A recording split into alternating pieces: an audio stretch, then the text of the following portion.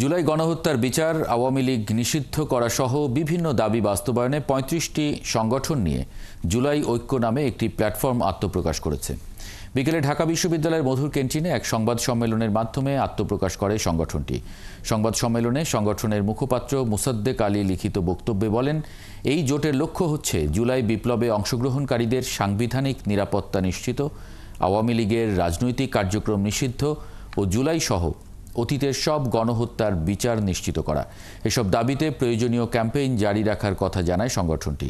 জুলাই মঞ্চের সাথে সংহতি প্রকাশ করেছে ইনকিলাব মঞ্চ, July revolutionary journalist alliance, July revolutionary alliance, Raktim July, private university student alliance of Bangladesh সহ বেশ কিছু সামাজিক ও রাজনৈতিক সংগঠন।